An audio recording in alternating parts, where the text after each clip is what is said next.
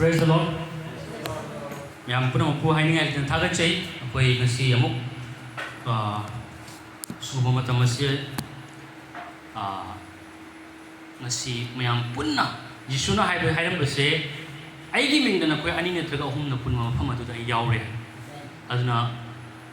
madu kai gi damak tano aku church ase pun ba matam da ma yaure aduna church ase punmi na base suki mati mathau tai ibungo gi will ni hai tai thajaba mana church pun bai base ishwar gi apam mani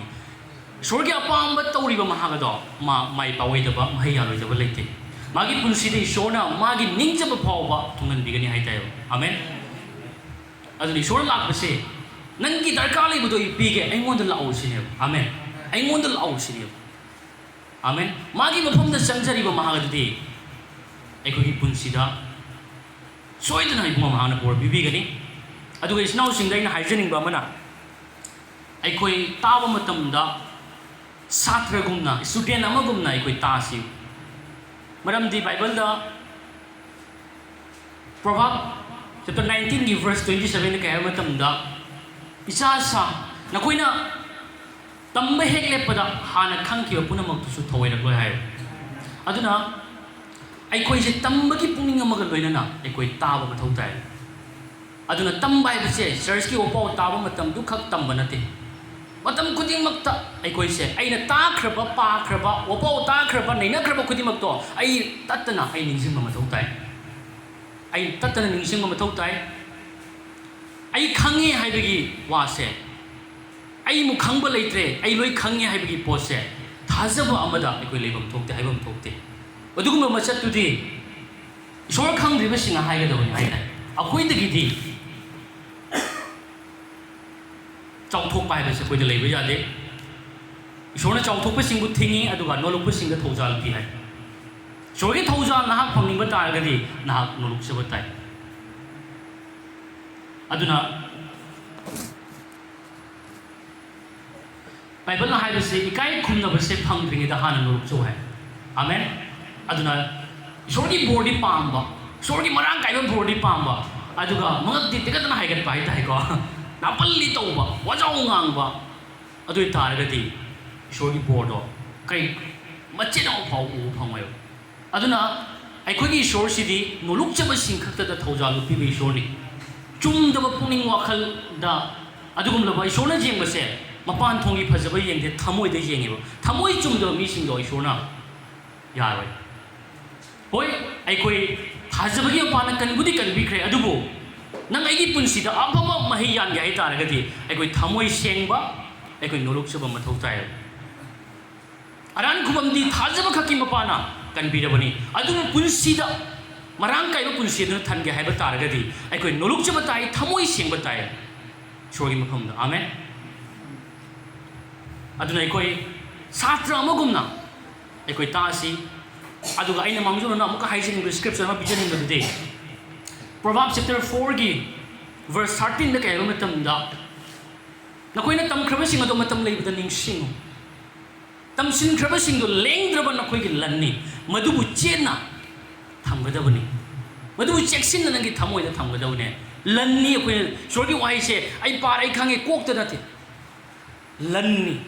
masi bu ning thina ngak chen ma thok tai मधुगी वाई यामना लुमना लौब मथौ ताय कोई सोरगी Y से इचम चम वाई हति वाई अमना अखोगी पुंसी होमन मंगमे आमेन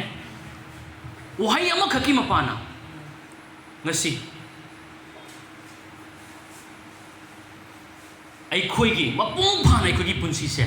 ओंगनबा ngamdaba adugum wahi nate maya ani panba kabak thangdu ena thouba sorgi wahi ne adugum aduna tarai na lobagi thabakse sorgi wahi se sorgi wahi bu hogi taragadi sorgi wahi bu sandokpa hogi taragadi tominna puning changna chekpok laudaba mongda aduni nakong sep thaduna taw haise punama attention punama kalona chep thaduna magi wahi taw haise magi wahi se amna lumna lo hai ne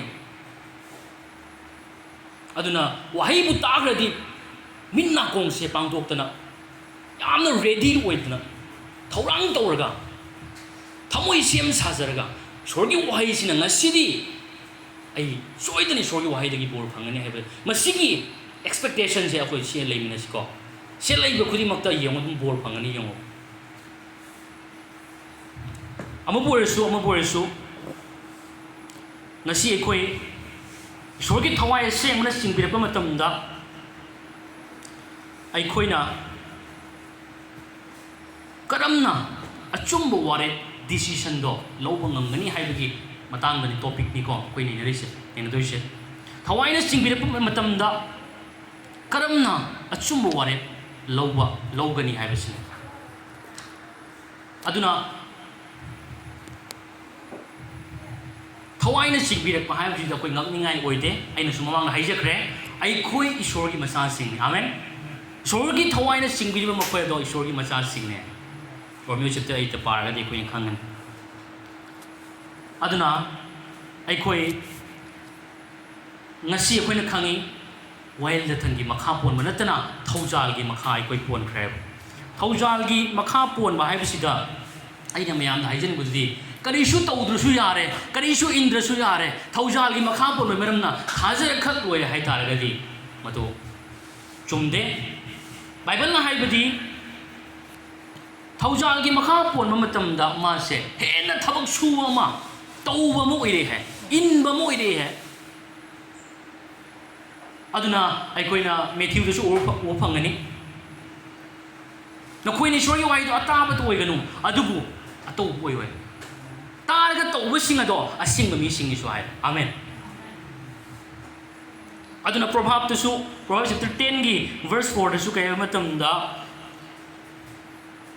ꯅꯣꯡꯕ ꯀꯟꯕ ꯈꯨꯠꯅ ꯏꯅꯥꯛ ꯈꯨꯜꯍꯜꯂꯤ ꯍꯥꯏ ꯊꯕꯛ ꯁꯨꯔꯛꯄ ꯃꯇꯝꯗ ꯑꯩꯈꯣꯏ ꯏꯅꯥꯛ ꯈꯨꯟꯕ ꯂꯥꯛꯀꯅꯤ ꯍꯥꯏ ꯑꯗꯨꯅ ꯊꯧꯖꯥꯜꯗ ꯂꯩꯕ ꯃꯇꯝꯗ ꯑꯩꯈꯣꯏꯁꯦ ꯀꯔꯤꯁꯨ ꯇꯧꯗ꯭ꯔꯁꯨ ꯌꯥꯔꯦ ꯊꯧꯖꯥꯜꯗ ꯂꯩꯕꯒꯤ ꯃꯔꯝꯅ ꯑꯩꯈꯣই ꯇꯧꯕꯒꯤ ꯃꯊꯧ ꯇꯥꯗ꯭ꯔꯦ ꯍꯥꯏꯇꯥꯔꯒꯗꯤ ꯃꯗꯨꯒꯤ ꯃꯇꯥꯡꯗꯅꯤ ꯑꯩꯅ ꯊꯧꯖꯥꯜꯗ ꯂꯩꯕ ꯃꯇꯝꯗ ꯑꯩꯈꯣꯏ ꯀꯔꯤꯁꯨ ꯇꯧꯗ꯭ꯔꯁꯨ ꯌꯥꯔꯦ ꯍꯥꯏꯕꯁꯦ ꯃꯁꯤ ꯆꯨꯝꯗꯦ ꯍꯥꯏꯕꯁꯤꯅꯦꯕ ꯀꯩꯒꯤꯅꯣ ꯍꯥꯏꯕ ꯃꯇꯝꯗ ꯀꯣꯂꯣꯁꯤꯌꯥ 3:12-13ꯗ ꯑꯩꯈꯣꯏꯅ ꯇꯧꯕ ꯃꯇꯝꯗ ꯉꯁꯤ ꯃꯤꯁꯤꯡꯗ ꯇꯧꯕ ꯅꯠꯇꯗꯨꯅ ꯃꯤꯅ ꯖꯥꯅꯅꯕ ꯇꯧꯕ ꯅꯠꯇꯗꯨꯅ ꯕꯣꯁꯅ ꯍꯥꯏꯔꯝꯃꯤꯅ ꯑꯩ ꯇꯧꯔꯤꯕꯅꯤ ꯍꯥꯏꯕꯒꯤ ꯃꯑꯣꯡ ꯅꯠꯇꯗꯨꯅ प्रभुꯗ ꯇꯧꯕꯒꯨꯝꯅ ꯅꯈꯣꯏꯅ ꯇꯧꯕ ꯈꯨꯗꯤꯡꯃꯛꯇꯣ ꯊꯋꯥꯏ ꯌꯥꯎꯅ ꯇꯧꯋꯦ ꯑꯗꯨꯒ ꯐꯪꯐꯝ ꯊꯣꯛꯄꯗꯨ ꯃꯅꯥ ꯑꯣꯏꯅ ꯅꯈꯣꯏꯅ ꯏꯕꯨꯡꯉꯣꯗꯒꯤ ꯐꯪꯒꯅꯤ ꯍꯥꯏꯕ ꯈꯪꯉꯤ ꯃꯔꯝꯗꯤ ꯅꯈꯣꯏ ꯏꯕꯨꯡꯉꯣ ꯈ꯭ꯔꯤꯁꯇꯕꯨ ꯊꯧꯒꯟꯖꯔꯤ ꯍꯥꯏ ꯑꯗꯨꯅ ꯅꯣꯡꯃ ꯀꯟꯕ ꯇꯧꯕꯁꯦ ꯑꯗꯨꯁꯨ प्रभुꯗ ꯇꯧꯕꯒꯨꯝꯅ ꯇꯧꯕꯁꯤ ꯃꯊꯧ ꯇꯥꯏ ꯑꯗꯨꯅ ꯑꯁꯤꯒꯤ ꯇꯧꯕ ꯍꯥꯏꯁꯦ ꯑꯔꯥꯟ ꯈꯨꯕꯝ ꯇꯥꯟꯕꯒꯤ ꯋꯥꯐꯝ ꯅꯠꯇꯦꯀꯣ ꯁꯤꯒꯤ ꯇꯧꯕ ꯍꯥꯏꯕꯁꯦ ꯑꯔꯥꯟ ꯈꯨꯕꯝ ꯇꯥꯟꯅꯅꯕꯒꯤ ꯇꯧꯕꯗꯨ ꯅꯠꯇꯦ ꯊꯥꯖꯕ ꯑꯃ ꯑꯣꯏꯅ ꯇꯧꯐꯝ ꯊꯣꯛꯄ ꯊꯕꯛꯁꯤꯡꯗꯨꯅꯤ ꯑꯩꯅ ꯍꯥꯏꯔꯤꯁꯤꯅꯦꯀꯣ ꯑꯗꯨꯅ ꯇꯧꯐꯝ ꯊꯣꯛꯄꯗꯣ ꯃꯤꯅ ꯖꯥꯔꯛꯀꯗ꯭ꯔꯥ ꯃꯤꯅ ꯀꯔꯤ ꯈꯟꯒꯗꯒꯦ ꯑꯩꯅ ꯀꯔꯤ ꯍꯥꯏꯔꯛꯀꯗꯒꯦ ꯍꯥꯏꯕꯒꯤ ꯃꯑꯣꯡꯅꯤꯅ ꯃꯇꯨꯡ ꯏꯟꯅ ꯑꯩꯈꯣꯏ ꯇꯧꯔꯣꯏꯁꯤꯕ ꯑꯩꯅ ꯇꯧꯔꯤꯕ ꯈꯨꯗꯤꯡꯃꯛꯁꯦ प्रभुꯗ ꯌꯦꯡꯉꯒ ꯑꯩꯈꯣꯏ ꯇꯧꯁꯤꯕ ꯑꯩꯅ ꯆꯔꯆ ꯀꯥꯔꯁꯨ प्रभुꯗ ꯌꯦꯡꯉꯒ ꯀꯥꯁꯤ प्रभुꯕꯨ ꯌꯦꯡꯉꯒ ꯀꯥꯁꯤ ꯑꯩꯅ ꯇꯥꯏꯠ ꯄꯤꯔꯁꯨ प्रभु ꯌꯦꯡꯉꯒ ꯄꯤꯁꯤ ꯑꯩ ꯌꯦꯡꯉ ꯄꯤꯅꯨ ꯅꯨꯡꯁꯤꯅꯁꯤ ꯑꯩꯈꯣꯏ ꯑꯃꯒ प्रभुꯌꯦꯡꯉꯒ ꯉꯥꯡꯅꯁꯤ प्रभु ꯌꯦꯡꯉꯒ 아멘 ꯑꯩꯈꯣꯏ ꯑꯃꯒ ꯊꯦꯡꯛꯁꯐꯨꯜ ꯑꯣꯏꯅ ꯑꯃꯒ ꯇꯧꯕꯤꯃꯜ ꯈꯪꯕ ꯎꯠꯅꯁꯤ प्रभु ꯌꯦꯡꯉꯒ ꯑꯩꯈꯣꯏ ꯇꯧꯅꯁꯤ ꯑꯁꯤꯒꯤ प्रभु ꯌꯦꯡꯉꯒ ꯑꯩꯈꯣꯏ ꯀꯠꯊꯣꯛꯁꯤ प्रभु ꯌꯦꯡꯉꯒ ꯑꯩꯈꯣꯏꯒꯤ ꯄꯨꯟꯁꯤꯁꯦ ꯍꯤꯡꯃꯤꯟꯅꯁꯤ ꯍꯥꯏꯕꯁꯤꯅꯦꯕ ꯑꯗꯨꯒꯤ ꯃꯇꯝ ꯑꯗꯨꯗ ꯀꯩꯗꯧꯅꯤ प्रभुना मना पीगनी ईश्वरना मना पीगने अदुना अइना तौरिबा मयामसिंग असे ख्रिस्ट जेंगा तौरिरा मी जेंगा तौरिरा हाइबसे मसी अखोय खंगम मथौ ताय अदुना अखोयना तौबा थबक खुदिंगमक ताइना हाइजनिंगदुदि ईश्वरना करिम खंगद्र मारे उद्र मारे अइना तौरिसि ईश्वरना खंगम मोइद्रा खंगम गदरा ज्ञान तादे हाइबदो कोई खनबिगनो मरमदि एवरी अखोयना प्रभुगी मिंग तौबा थबकसे मागी मफमदा चौई हाइबसे अइ हाइजनिंग आमेन अखोयना मचा ओरसु अचौरसु प्रभुगी मिंगदा अखोयना तौबा थबकसे प्रभुगी मफमदा यौई अखोयगी थबकसे आमेन अदुना ngasi अखोय अदुना इसिनाउसिंग हाइबा पुंसी प्रभुगी अनिंगबा अपांबा मयामसिंग असे करमाइना यामना फजबा पुंसी मयामसिंग सि कमाइना हिंगकदगे हाइबा मतमदा अखोय ꯑꯩꯈꯣꯏꯅ ꯈꯪꯕ ꯌꯥꯝꯅ ꯃꯔꯨꯑꯣꯏꯕꯗꯨꯗꯤ ꯉꯁꯤ ꯒ꯭ꯔꯦꯁꯀꯤ ꯃꯈꯥꯗ ꯂꯩꯕ ꯃꯇꯝꯗ ꯑꯩꯈꯣꯏꯁꯦ ꯃꯥꯒꯤ ꯊꯋꯥꯏ ꯑꯁꯦꯡꯕꯒꯤ ꯃꯄꯥꯅ ꯏꯁꯣꯔꯒꯤ ꯋꯥꯍꯩꯒꯤ ꯊ꯭ꯔꯨꯗꯒꯤ ꯊꯋꯥꯏ ꯑꯁꯦꯡꯕꯒꯤ ꯃꯄꯥꯅ ꯑꯩꯈꯣꯏꯕꯨ ꯉꯁꯤ ꯃꯥꯒꯤ ꯇꯝꯕꯤꯕ ꯇꯥꯛꯄꯤꯕ ꯃꯥꯒꯤ ꯂꯨꯆꯤꯡꯕꯁꯤꯡ ꯑꯃꯔꯣꯝꯗ ꯍꯥꯏꯔꯒ ꯆꯔꯆꯇ ꯂꯨꯆꯤꯡꯕ ꯂꯩꯔꯤ ꯆꯔꯆꯇ ꯄꯥꯁꯇꯔ ꯂꯩꯔꯤ ꯑꯗꯨꯅ ꯊꯋꯥꯏ ꯑꯁꯦꯡꯕꯅ ꯊꯧꯖꯥꯜꯗ ꯂꯩꯈ꯭ꯔꯕ ꯊꯧꯖꯥꯜꯒꯤ ꯃꯈꯥꯗ ꯂꯩꯈ꯭ꯔꯕ ꯑꯩꯈꯣꯏꯕꯨ ꯃꯥꯒꯤ ꯋꯥꯍꯩꯒꯤ ꯊ꯭ꯔꯨꯗ ꯃꯥꯒꯤ ꯋꯥꯍꯩꯒꯤ ꯃꯄꯥꯅ ꯉꯁꯤ ꯂꯩꯔꯤꯕ ꯂꯨꯆꯤꯡꯕꯁꯤꯡ ꯑꯁꯤꯕꯨ ꯁꯤꯖꯤꯟꯅꯔꯒ ꯀꯥꯟꯗ ꯑꯩꯈꯣꯏ ꯕꯤꯂꯤꯚꯔꯁꯤꯡꯁꯦ ꯌꯥꯝꯅ ꯑꯐꯕ ꯂꯝꯕꯤꯗ ꯆꯤꯡꯕꯤꯕꯁꯦ ꯄꯥꯝꯃꯦꯕ ꯑꯃꯔꯣꯝꯗ ꯍꯥꯏꯔꯒꯅ ꯌꯥꯎ ꯁꯦꯟꯕ ꯃꯤꯁꯛ ꯑꯗꯨꯅ ꯌꯥꯎ ꯁꯦꯟꯕ ꯃꯤ ꯑꯗꯨꯅ ꯌꯥꯎꯁꯤꯡ ꯑꯗꯨꯕꯨ ꯁꯣꯏꯔꯛꯄ ꯃꯇꯝꯗ ꯄ꯭ꯔꯣꯕ꯭ꯂꯦꯝ ꯇꯥꯔꯛꯄ ꯃꯇꯝꯗ ꯌꯥꯎꯁꯤꯡ ꯑꯗꯣ ꯑꯃꯔꯣꯝꯗ ꯈꯟꯕ ꯌꯥꯏꯑꯕ ꯑꯩꯈꯣꯏꯅ ꯌꯥꯎꯁꯤꯡ ꯑꯗꯨꯗꯤ ꯌꯥꯎ ꯁꯦꯟꯕꯗꯨꯅ ꯃꯥꯡ ꯊꯥꯔꯒ ꯑꯗꯣ ꯌꯥꯎꯁꯤꯡꯗꯨꯗꯤ ꯃꯇꯨꯡꯗ ꯐꯖꯅ ꯏꯟꯅꯕ ꯌꯥꯝꯅ ꯂꯤꯔꯤ ꯅꯥꯏꯅ ꯏꯟꯅꯕ ꯑꯣꯏꯔꯝꯒꯅꯦꯅ ꯈꯜꯂꯦꯕ ꯂꯝꯍꯦꯟꯕ ꯌꯥꯎꯁꯤꯡ ꯃꯌꯥꯝ ꯂꯩ ꯐꯥꯅ ꯄꯨꯅꯕ ꯉꯝꯗꯕ ꯈꯪꯕ꯭ꯔꯥ ꯐꯥꯅ ꯄꯨꯅꯕ ꯉꯝꯗꯕ ꯑꯗꯨꯗꯨꯅ ꯉꯁꯥꯏꯒꯤ ꯎꯜꯇꯥ ꯄꯜꯇꯥ ꯊꯕꯛ ꯇꯧꯐꯝ ꯊꯣꯛꯇꯕ ꯑꯗꯨꯅ ꯁꯤꯒꯤꯁꯦ ꯑꯩꯈꯣꯏ ꯆꯔꯆꯀꯤ ꯋꯥꯐꯝ ꯈꯛꯇ ꯅꯠꯇꯦ ꯁꯤꯒꯤ ꯄꯣꯠꯁꯦ ꯄꯨꯝꯅꯃꯛꯁꯦ ꯔꯦꯁꯄꯣꯟꯁꯤꯕꯜꯁꯦ ꯆꯔꯆꯇ ꯂꯩꯔꯤꯕ ꯂꯨꯆꯤꯡꯕ ꯄꯥꯁꯇꯔꯗꯣ ꯑꯃꯗꯨꯒꯤ ꯊꯧꯗꯥꯡꯅꯤ ꯍꯥꯏꯇꯥꯔꯦꯕ ꯑꯗꯨꯅ ꯑꯁꯤꯒꯤ ꯄꯣꯠꯁꯦ ꯑꯩꯈꯣꯏ ꯈꯪꯁꯤ ꯑꯁꯤ ꯃꯈꯥ ꯇꯥꯅ ꯑꯩꯈꯣꯏ ꯌꯦꯡꯃꯤꯟꯅꯁꯤ ꯏꯁꯣꯔꯒꯤ ꯋꯥꯍꯩꯅ ꯀꯩ ꯍꯥꯏꯕ ꯃꯇꯝꯗ ꯑꯥꯏꯖꯤꯌꯥꯒꯤ 48ꯀꯤ ꯚꯔꯁ 17ꯗ ꯌꯦꯍꯣꯕꯥ ꯅꯍꯥꯛꯀꯤ ꯍꯟꯗꯣꯛꯄꯤꯕ ꯃꯄꯨ ꯌꯦꯍꯣꯕꯥ ꯅꯍꯥꯛꯀꯤ ꯍꯟꯗꯣꯛꯄꯤꯕ ꯃꯄꯨ ꯏꯖ꯭ꯔꯦꯜꯒꯤ ꯑꯁꯦꯡꯕ ꯏꯕꯨꯡꯉꯣꯅ ꯑꯁꯨꯝꯅ ꯍꯥꯏ ꯅꯍꯥꯛꯀꯤ ꯇꯣꯡꯖꯅꯕ ꯅꯍꯥꯛꯄꯨ ꯇꯝꯕꯤꯕ ꯅꯍꯥꯛꯅ ꯆꯠꯀꯗꯕ ꯂꯝꯕꯤꯗ ꯅꯍꯥꯛꯄꯨ ꯆꯤꯡꯕꯤꯕ ꯑꯩꯗꯤ ꯅꯍꯥꯛꯀꯤ ꯏꯁꯣꯔ ꯌꯦꯍꯣꯕꯥꯅꯦ ꯅꯍꯥꯛꯀꯤ ꯇꯣꯡꯖꯅꯕ ꯅꯍꯥꯛꯄꯨ ꯇꯝꯕꯤꯕ ꯅꯍꯥꯛꯅ ꯆꯠꯀꯗꯕ ꯂꯝꯕꯤꯗ ꯅꯍꯥꯛꯄꯨ ꯆꯤꯡꯕꯤꯕ ꯑꯩꯗꯤ ꯅꯍꯥꯛꯀꯤ ꯏꯁꯣꯔ ꯌꯦꯍꯣꯕꯥꯅꯤ ꯍꯥꯏꯅ ꯍꯥꯏꯕ ꯑꯗꯨꯅ ꯑꯦꯅꯤ ꯑꯩꯈꯣꯏꯒꯤ ꯉꯁꯤ ꯑꯣꯏꯔꯤꯕ ꯁꯤꯆꯨꯋꯦꯁꯟꯁꯤꯗ ꯑꯦꯅꯤ ꯁ꯭ꯇ꯭ꯔꯒꯜ ꯑꯦꯅꯤ ꯄ꯭ꯔꯣꯕ꯭ꯂꯦꯝ ꯁꯃꯁ꯭ꯌꯥ ꯀꯌꯥ ꯑꯃ ꯉꯁꯤ ꯑꯩꯈꯣꯏ ꯊꯦꯡꯅꯕ ꯇꯥꯔꯒꯁꯨ ꯑꯩꯅ ꯍꯥꯏꯖꯅꯤꯡꯕꯗꯨꯗꯤ ꯉꯁꯤ ꯏꯁꯣꯔꯅ ꯑꯩꯈꯣꯏꯗ ꯂꯧꯁꯤꯡ ꯄꯤꯕꯤꯕ ꯄꯥꯝꯃꯤ ꯃꯥꯒꯤ ꯂꯧꯁꯤꯡꯗꯣ ꯄꯤꯕ ꯄꯥꯝꯃꯤ ꯑꯗꯨꯒꯤ ꯃꯄꯥꯟꯅ ꯂꯧꯁꯤꯡꯁꯤ ꯀꯥꯏꯗꯅꯣ ꯃꯥꯒꯤ ꯋꯥꯍꯩꯗꯒꯤ ꯑꯗꯨꯅ ꯑꯗꯨꯒꯨꯝꯅ ꯃꯥꯒꯤ ꯋꯥꯍꯩꯗꯒꯤ ꯑꯩꯈꯣꯏꯅ ꯃꯥꯒꯤ ꯂꯧꯁꯤꯡ ꯐꯪꯉꯤ ꯑꯗꯨꯒꯤ ꯃꯇꯨꯡ ꯏꯟꯅ ꯑꯩꯈꯣꯏꯁꯦ ꯃꯥꯅ ꯆꯤꯡꯕꯤꯕ ꯄꯥꯝꯃꯤ ꯍꯥꯏꯕꯗꯤ ꯋꯥꯄꯥꯎ ꯁꯟꯗꯣꯛꯄꯒꯤ ꯃꯄꯥꯟꯅ ꯃꯥꯅ ꯑꯩꯈꯣꯏꯕꯨ ꯒꯥꯏꯗ ꯇꯧꯕꯤꯕ ꯆꯤꯡꯕꯤꯕ ꯄꯥꯝꯃꯤꯕ ꯉꯁꯤ ꯁꯟꯗꯣꯏꯕ ꯋꯥꯄꯥꯎꯁꯦ ꯑꯩꯅ ꯁꯟꯗꯣꯏꯕꯅꯤ ꯑꯩꯒꯤ ꯋꯥꯄꯥꯎꯅꯤ ꯍꯥꯏꯅ ꯂꯧꯕꯤꯒꯅꯨ ꯑꯩꯅ ꯉꯥꯡꯉꯛꯏꯕ ꯋꯥꯁꯤꯡꯁꯦ ꯉꯥꯡꯊꯣꯔꯛꯏꯕ ꯋꯥꯍꯩ ꯏꯁꯣꯔꯒꯤ ꯑꯣꯏꯕ ꯋꯥꯍꯩꯁꯦ ꯑꯁꯤꯒꯤ ꯊ꯭ꯔꯨꯗꯒꯤ ꯑꯩꯈꯣꯏꯁꯤꯡꯁꯤꯕꯨ ꯆꯤꯡꯕꯤꯕ ꯄꯥꯝꯃꯤ ꯑꯗꯨꯅ ꯁꯤꯒꯤ ꯄꯣꯠꯁꯤꯃ ꯑꯗꯨꯅ ꯉꯁꯤꯒꯤ ꯋꯥꯄꯥꯎ ꯑꯁꯤꯅ ꯃꯔꯝ ꯑꯣꯏꯔꯒ ꯅꯪ ꯑꯩꯒꯤ ꯄꯨꯟꯁꯤꯗ ꯀꯔꯤ ꯀꯔꯤ ꯁꯦꯝꯒꯠꯄ ꯀꯔꯤ ꯁꯦꯝꯗꯣꯛꯄ ꯌꯥꯏ ꯀꯔꯤ ꯆꯨꯝꯊꯣꯛꯄ ꯌꯥꯏ ꯀꯔꯝꯕ ꯐꯤꯕꯝꯗ ꯀꯔꯝꯕ ꯖꯒꯥꯗ ꯑꯞꯒ꯭ꯔꯦꯗ ꯇꯧꯈꯠꯄ ꯌꯥꯏ ꯍꯥꯏꯕꯁꯤꯡꯗꯣ ꯑꯩꯈꯣꯏ ꯈꯪꯁꯦꯕ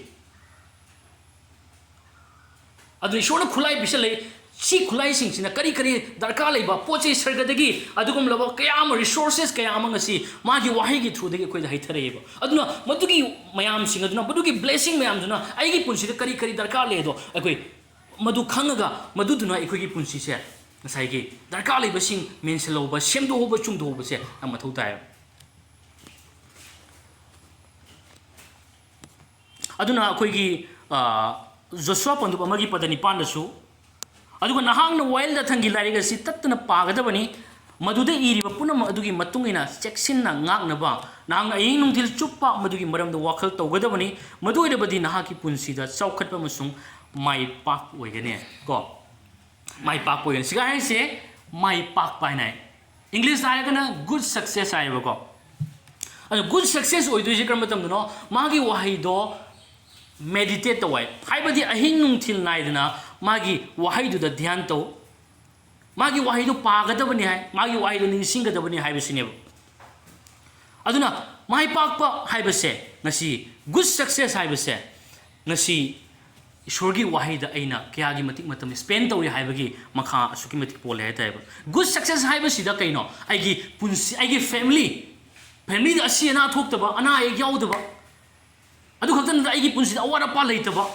ꯃꯔꯥꯡ ꯀꯥꯏꯕ ꯄꯨꯟꯁꯤ ꯁꯤ ꯂꯣꯏ ꯌꯥꯎꯈ꯭ꯔꯕꯅꯦꯕ ꯒꯨꯗ ꯁꯛꯁꯦꯁ ꯍꯥꯏꯕꯁꯤꯗ ꯖꯁ ꯑꯩꯒꯤ ꯖꯣꯕ ꯐꯪꯕꯗꯨ ꯅꯠꯇꯦꯕ ꯒꯨꯗ ꯁꯛꯁꯦꯁ ꯍꯥꯏꯕꯁꯤꯗ ꯑꯩ ꯑꯅꯥꯕꯗꯨ ꯈꯛ ꯐꯕ ꯅꯠꯇꯦꯕ ꯄꯨꯔꯥ ꯃꯔꯥꯡ ꯀꯥꯏꯕ ꯏꯃꯨꯡ ꯃꯅꯨꯡ ꯐꯥꯎꯕ ꯃꯔꯥꯡ ꯀꯥꯏꯅ ꯅꯥꯗ ꯌꯦꯛꯇꯅ ꯍꯛꯆꯥꯡ ꯐꯅ ꯅꯨꯡꯁꯤ ꯆꯥꯟꯅꯅ ꯂꯩꯕ ꯄꯨꯟꯁꯤꯗꯨꯅꯦꯕ ꯑꯃꯦꯟ ꯑꯗꯨꯒ ꯑꯃꯨꯛ ꯀꯔꯤ ꯍꯥꯏ ꯍꯧꯖꯤꯛꯀꯤ ꯁ꯭ꯀ꯭ꯔꯤꯞꯆꯔꯗꯨꯗ ꯋꯥꯏꯜ ꯖꯥꯊꯪꯒꯤ ꯂꯥꯏꯔꯤꯛ ꯑꯁꯤꯅ ꯍꯥꯏꯕ ꯋꯥꯏꯜ ꯖꯥꯊꯪꯒꯤ ꯂꯥꯏꯔꯤꯛ ꯑꯁꯤ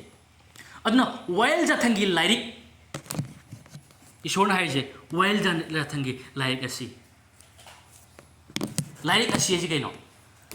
ꯑꯗꯨꯅ ꯑꯩꯈꯣꯏꯒꯤ ꯑꯁꯤ ꯍꯥꯏꯕꯗꯤ ꯗꯤꯁ ꯍꯥꯏꯕꯅꯦꯕ ꯑꯩꯈꯣꯏ ꯄꯣꯠ ꯑꯃ ꯎꯠꯄ ꯃꯇꯝꯗ ꯗꯤꯁ ꯏꯁ ꯑ ꯃꯣꯕꯥꯏꯜ ꯂꯥꯏꯟ ꯍꯥꯏꯌꯦꯕ ꯑꯗꯨꯃꯥꯏꯅ ꯉꯁꯥꯏꯒꯤ ꯃꯥꯏꯁꯦ ꯗꯦꯠ ꯏꯁ ꯑ ꯃꯣꯕꯥꯏꯜ ꯍꯥꯏꯗꯦꯕ ꯗꯦꯠ ꯍꯥꯏꯕꯗꯤ ꯉꯁꯥꯏꯒꯤ ꯑꯥꯗꯤꯁ ꯍꯥꯏꯕ ꯍꯦꯜꯃꯦꯠꯁꯦ ꯍꯥꯏꯕꯁꯦ ꯂꯥꯞꯅ ꯂꯩꯕ ꯎꯅꯥꯝꯗ ꯊꯝꯕ ꯄꯣꯠꯇꯣ ꯅꯠꯇꯦꯕ ꯖꯣꯁꯨꯋꯥꯅ ꯍꯥꯏꯕꯁꯤ ꯗꯤꯁ ꯏꯁ ꯍꯥꯏꯅ ꯍꯥꯏꯌꯦꯕ ꯗꯤꯁ ꯏꯁ ꯍꯥꯏꯕꯒꯤ ꯑꯔꯊꯗꯤ ꯖꯣꯁꯨꯋꯥꯃꯛꯅ ꯉꯁꯤ ꯃꯥꯅ ꯏꯁꯣꯔꯒꯤ ꯈꯣꯟꯖꯦꯜ ꯉꯁꯤ ꯉꯥꯡꯉꯛꯏꯕ ꯃꯌꯥꯝꯁꯤꯡꯁꯦ ꯀꯩꯗꯧꯋꯦ ꯍꯥꯏꯕ ꯃꯇꯝꯗ ꯃꯥꯅ ꯇꯁꯦꯡꯅ ꯄꯥꯔꯕ ꯃꯥꯅ ꯄꯥꯔꯤꯕ ꯄꯣꯠꯇꯨꯅꯦꯕ ꯃꯥꯅ ꯏꯁꯣꯔꯒꯤ ꯋꯥꯍꯩꯁꯦ ꯄꯥꯕꯒꯤ ꯃꯔꯝꯗ ꯄꯥꯔꯛꯄ ꯃꯇꯝꯗ ꯃꯥꯅ ꯏꯁꯣꯔꯅ ꯗꯥꯏꯔꯦꯛ ꯉꯥꯡꯉꯛꯄ ꯋꯥꯍꯩꯗꯨꯅꯦꯕ ꯅꯍꯥꯛꯅ ꯋꯥꯏꯜ ꯖꯥꯊꯪꯒꯤ ꯂꯥꯏꯔꯤꯛ ꯑꯁꯤ ꯇꯠꯇꯅ ꯄꯥꯒꯗꯕꯅꯤ ꯌꯥꯊꯪ ꯂꯥꯏꯔꯤꯛ ꯑꯁꯤ ꯋꯥꯍꯩꯁꯤꯡ ꯑꯁꯤ ꯇꯠꯇꯅ ꯄꯥꯒꯗꯕꯅꯤ ꯍꯥꯏꯕꯁꯤ ꯖꯣꯁꯨꯋꯥꯅ ꯑꯣꯜꯔꯦꯗꯤ ꯄꯥꯅ ꯂꯩꯔꯤꯕ ꯄꯣꯠ ꯑꯗꯨꯗ ꯃꯁꯤ ꯍꯥꯏꯅ ꯍꯥꯏꯔꯛꯄꯅꯦꯕ ꯃꯗꯨꯗꯣ ꯍꯥꯏꯔꯛꯇꯦ ꯅꯣꯏꯒꯤ ꯌꯨꯝ ꯃꯅꯨꯡꯗ ꯊꯝꯕ ꯄꯣꯠ ꯅꯪꯒꯤ ꯂꯥꯏꯔꯤꯛ ꯊꯝꯐꯝꯗ ꯊꯝꯕ ꯄꯣꯠ ꯍꯥꯏꯗꯤ ꯅꯪꯉꯣꯟꯗ ꯂꯩꯔꯤꯕ ꯅꯪꯒꯤ ꯅꯈꯨꯠꯇ ꯂꯩꯔꯤꯕ ꯅꯪꯅ ꯄꯥꯔꯤꯕ ꯄꯣꯠꯇꯣ ꯍꯥꯏꯅ ꯍꯥꯏꯔꯛꯄꯅꯦꯕ ꯑꯗꯨꯅ ꯑꯩꯈꯣꯏꯅ ꯏꯁꯣꯔꯒꯤ ꯋꯥꯍꯩꯁꯤ ꯄꯥꯔꯛꯄ ꯃꯇꯝꯗꯅꯦ ꯏꯁꯣꯔꯅ ꯋꯥ ꯉꯥꯡꯉꯛꯀꯅꯦꯕ ꯏꯁꯣꯔꯅ ꯋꯥ ꯉꯥꯡꯉꯛꯀꯅꯤ ꯑꯩꯈꯣꯏꯅ ꯄꯥꯕ ꯃꯇꯝꯗ ꯑꯗꯨꯅ ꯏꯁꯣꯔꯒꯤ ꯈꯣꯟꯖꯦꯜ ꯍꯦꯟꯅ ꯇꯥꯕ ꯄꯥꯝ ꯇꯥꯔꯒꯗꯤ ꯑꯩꯈꯣꯏ ꯏꯁꯣꯔꯒꯤ ꯋꯥꯍꯩꯗ ꯍꯦꯟꯅ ꯂꯩꯕ ꯇꯥꯏꯕ ꯏꯁꯣꯔꯒꯤ ꯋꯥꯍꯩꯗ ꯂꯩꯔꯤꯉꯩ ꯏꯁꯣꯔꯒꯤ ꯈꯣꯟꯖꯦꯜ ꯑꯩꯈꯣꯏꯒꯤ ꯄꯨꯟꯁꯤꯗ ꯇꯥꯕ ꯍꯦꯟꯒꯅꯤ ꯍꯥꯏꯕꯁꯤꯅꯤ ꯑꯩꯈꯣꯏꯅ ꯏꯁꯣꯔꯒꯤ ꯋꯥꯍꯩ ꯄꯥꯕ ꯃꯇꯝꯗ ꯑꯩꯈꯣꯏ ꯃꯍꯥꯛꯅ ꯉꯥꯡꯕꯤꯕꯗꯨ ꯇꯥꯕ ꯉꯝꯒꯅꯤ ꯍꯥꯏꯕꯁꯤꯅꯤ ꯑꯗꯨꯅ ꯃꯔꯨꯑꯣꯏꯕ ꯄꯣꯏꯟꯠꯁꯤꯡꯁꯦ ꯑꯩꯈꯣꯏ ꯅꯣꯠ ꯇꯧꯕꯤꯕ ꯀꯥꯎꯕꯤꯒꯅꯨ ꯑꯩꯅ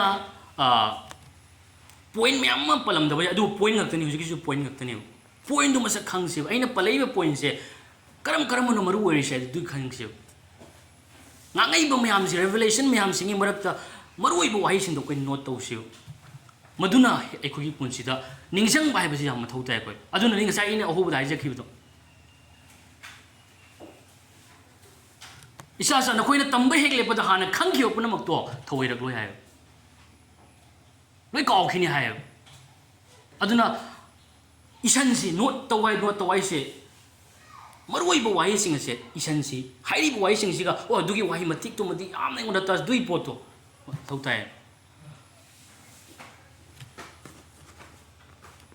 ꯑꯗꯨꯅ ꯏꯆꯤꯟ ꯏꯅꯥꯎꯁꯤꯡ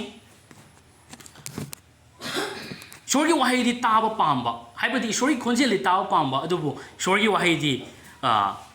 ꯍꯥꯡꯗꯣꯛꯇꯕ ꯍꯥꯏꯇꯥꯔꯦ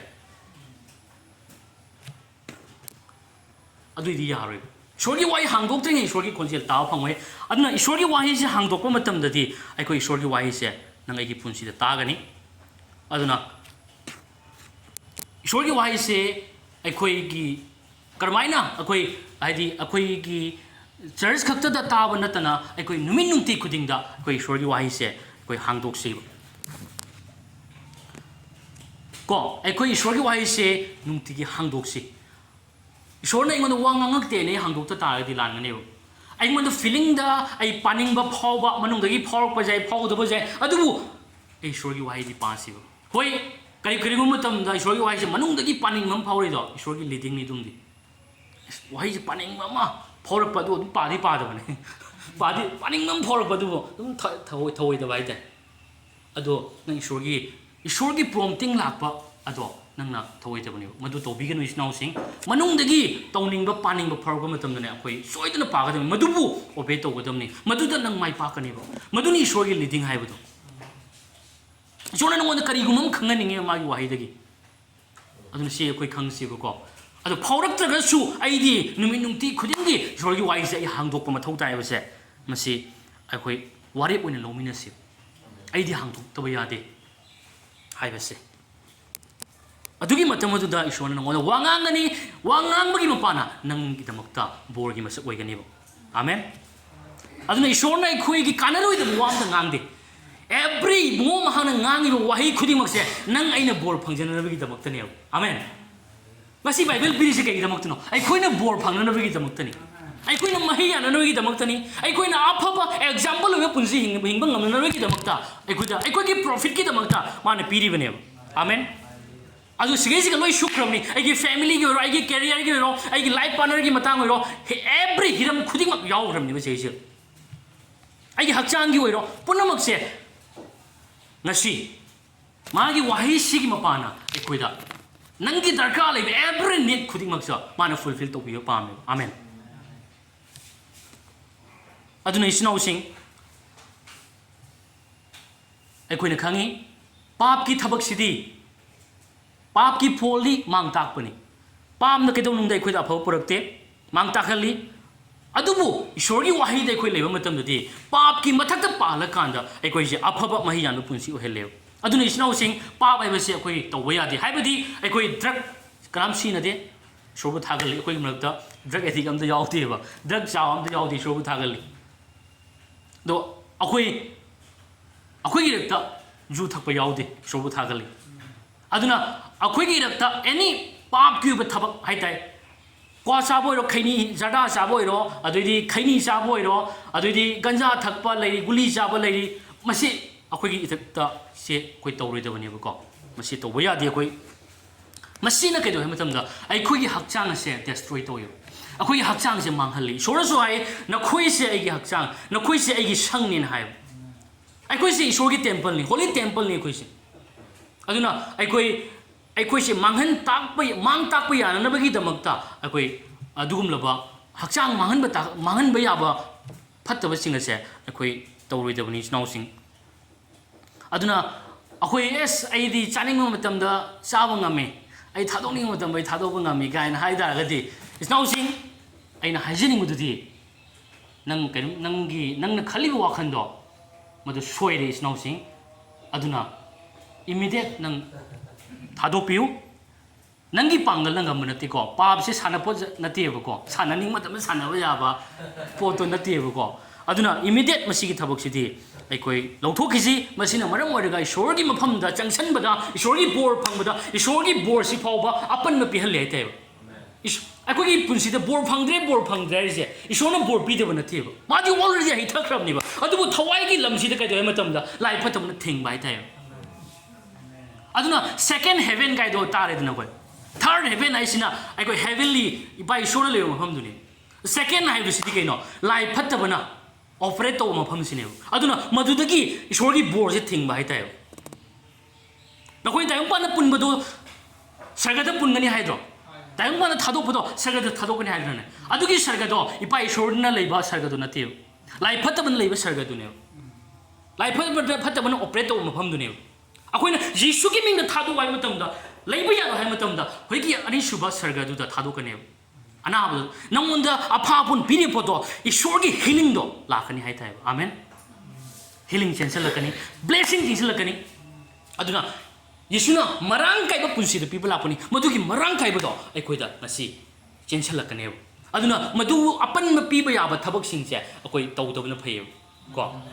ishorgi mafam naksan ba ya roi da bagi thabak sing hai asiarena 24/7 ishori khoi ga loina rew aduna aikoina ishorgi mahamda naksan bada sai tension ma matamda sai gi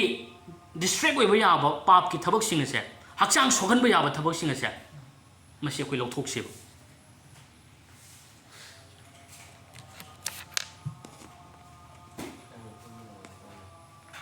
aduna isnau sing shorna aikhoibu matam chupada any samasya khudimактagi mana aikhoibu thadokpiba pami haibasini shorna ngasi magi wahai gi through dagi mana aikhoibu singbiba pami magi singbiba mong ase akoina khangmina bajabadudi magi singbiba da leiba matam dana akoi se yamna peaceful oineba amna ingthaba phangaba madu magi leading da leirabani amen adubu pura manungsi peace amta yawdraba pura manungsi leibam khangdaba tension madugumba nuaitaba thantagadi madu ishorgi leading da leitrabani mapan thongda ai yam busy oiba taragasu mapan thongda thabak yam chinba taragasu ai gi thamoi nongdabu ing thaba lei taragadi madu ishorgi leading da leirabani adubu aina haijeng mududi ai khoidi mapan thongda chinbado thabak su mi do khoine adubu ai khoi ing thabadi lengdana leiba amen ing thaba haraubududi ai khoi lengdana ꯂꯩꯒꯅꯤ ꯍꯥꯏꯇꯥꯏꯕ ꯏꯁꯣꯔꯒꯤ ꯂꯤꯗꯤꯡꯁꯦ ꯂꯥꯛꯄ ꯃꯇꯝꯗ ꯑꯃꯔꯣꯝꯗ example ꯑꯣꯏꯅ ꯍꯥꯏꯔꯒꯅ ꯑꯩꯈꯣꯏꯒꯤ ꯑꯔꯤꯕ ꯋꯥꯠꯂꯛꯅꯕꯗ ꯏꯁꯣꯔꯒꯤ ꯇꯦꯕꯔꯅꯦꯀꯜ ꯍꯥꯏꯅ ꯂꯩꯔꯤꯕ ꯏꯁꯣꯔꯒꯤ ꯑꯁꯦꯡꯕ ꯁꯪ ꯍꯣꯂꯤꯁ ꯑꯣꯐ ꯍꯣꯂꯤꯁ ꯍꯥꯏꯔꯤꯕ ꯏꯁꯣꯔꯒꯤ ꯐꯝꯕꯥꯜ ꯃꯗꯨꯒꯤ ꯂꯩꯕ ꯃꯐꯝꯗꯣ ꯑꯗꯨꯒꯤ ꯃꯐꯝꯗꯨꯒ ꯃꯄꯥꯟ ꯑꯥꯎꯠꯁꯥꯏꯗꯔꯗꯨ ꯌꯥꯝ ꯈꯦꯠꯅꯩꯕ ꯑꯥꯎꯠꯁꯥꯏꯗꯇꯨꯗꯤ ꯉꯁꯥꯏꯒꯤ ꯄꯥꯞꯀꯤ ꯏꯔꯥꯠꯄꯣꯠ ꯀꯠꯄꯒꯤ ꯌꯥꯝ ꯊꯤꯅ ꯕꯤꯖꯤ ꯑꯣꯏꯕ ꯍꯥꯏꯇꯥꯔꯦ ꯑꯁꯨꯛꯀꯤ ꯃꯇꯤꯛ ꯃꯄꯥꯟꯗꯗꯤ ꯕꯤꯖꯤꯅꯦꯕ ꯆꯦꯟꯊꯣꯛꯀ ꯆꯦꯟꯁꯤꯟꯒ ꯑꯗꯨꯗꯒꯤ ꯏꯁꯣꯔꯒꯤ ꯊꯧ ꯀꯠꯄꯒꯤ ꯊꯕꯛꯁꯦ ꯂꯣꯏꯈꯝ ꯅꯥꯏꯗꯦꯕ ꯑꯗꯨꯕꯨ ꯍꯥꯏꯔꯤꯕ ꯍꯣꯂꯤꯁ ꯑꯣꯐ ꯍꯣꯂꯤꯁ ꯍꯥꯏꯔꯤꯕ ꯑꯁꯦꯡꯕ ꯃꯐꯝꯗꯨꯒꯗꯤ ꯌꯥꯝ ꯊꯤꯅ ꯄꯤꯁꯐꯨꯜ ꯑꯣꯏꯕ ꯍꯥꯏꯇꯥꯔꯦ ꯏꯪꯊꯕ ꯇꯞꯊꯕꯅ ꯄꯤꯛ ꯊꯟꯕ ꯆꯦꯛꯐꯧ ꯂꯥꯎꯗꯕ ꯍꯥꯏꯇꯥꯔꯦ ꯑꯗꯨꯅꯤ ꯍꯥꯏꯇꯥꯔꯦꯕ ꯑꯗꯨꯒꯨꯝꯅ ꯉꯁꯤ ꯊꯋꯥꯏ ꯑꯁꯦꯡꯕ ngasi aina sa haijakre aikoi se ishor gi holy temple ni ishor gi thawai asengba ishor makki leibham oirabane ba ishor gi leibham oirba aikoi se ingtha daw yaroi ingtha tap thab taba yaroi ingtha na leibham thoi adu leirak taba matam dadi akoi mado kaino mama siran turan mama tobam thok taba thawai gi singbi budugi ona tenabada ko thawai gi singbi budugi ona tenabada ai se tobam khangde kaino akoi bhab icha cha daba nungai taba ko aduna sengna haigadi peace haibase leitraba ishor gi leading da chatre habisi ma koi khangminasi aduna ishor gi chingbi leiba matamda aikoi thabak surakani kaim tawdu su jare haibdu leiroi aikoi atoba mi adudi ohelani aduna polna haibase thaujal gi preacher oiriba pol sina kadai matamda sudadi nang sarano sudadi chaganoi aduna akhoi tawba mathau tai suba mathau tai noma mathau tai adu khaktan re suba noma haibase kai bo yawre matamda imungi macha masu phawa imungi thabak macha masu phawa se prabhu da tawbugum da khoi tawba tai ko duri thabak na tabagi type ta murum murum sondana ai tawning da boy adedi suning da boy du su jati ko any akhoi gi imung manung gi thabak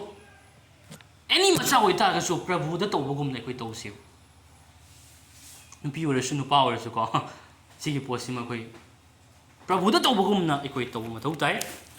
adu matam du khakta da ngasi shordagi mana phangani adugi tawbado thaujal da leiba matam da madu tawba lai suning da bo hende tawning da atan ba katan nai do khoi do hende thabak suba thabak tawba mi do ohelle